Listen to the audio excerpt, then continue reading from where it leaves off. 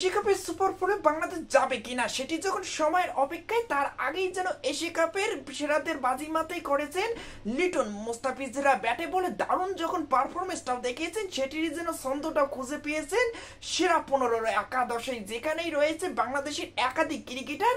ব্যাটে তো বাংলাদেশের সবচেয়ে বেশি আকর্ষণটাও করেছে বাংলাদেশ দলের দলপতি লিটন কুমার দাস। 3 ম্যাচে 96টি রান যখন করেছেন, সঙ্গে কিন্তু স্টার্টেড এবং এভারেজ সবকিছু যখন জলমলে সেখানে কিন্তু 11তম অবস্থানে রয়েছেন দ্বৈতিতা। এই টানাতেই ব্যাটারও কিন্তু নিজের অবস্থানটা দ্রুতভক্তটাও করেছেন। 12তম অবস্থানে রয়েছেন বাংলাদেশি ওপেনার তানজিদ হাসান। তাই দারুণ যখন নান্দুকীয় এক ইনিংসটাও খেলেছেন আফগানিস্তানের বিপক্ষে, যার সুযোগে 12তম অবস্থানটাও যেন উঠে এসেছে বাংলাদেশি এই ডানাতি ব্যাটসম্যানরা যখন সেরাদের অবস্থানটাও করেছেন সেখানেও কিন্তু বারটাও জাননি, বলাররাও কিন্তু থেমেটাও থাকেননি, তারাও কিন্তু বাজিমারটাও করেছেন উইকেট শিকারীর তালিকায়, যেখানে 4, 5 এবং 6 এই 3 পজিশনে যেন বাংলাদেশের একাধিক যেন ক্রিকেটার নিজেদের নামটাও লিখিয়েছেন। যেখানে 4 নম্বর অবস্থানে রিশাদ হোসেন, 5 নম্বরে মুস্তাফিজুর রহমান এবং 6 নম্বরে তাসকিন আহমেদ, এমনকি 14 নম্বর অবস্থানটা উঠে এসেছেন তানজিদ হাসান সাকিব। দুই বিভাগেই যখন বাংলাদেশের ব্যাটার এবং বোলাররা দারুণ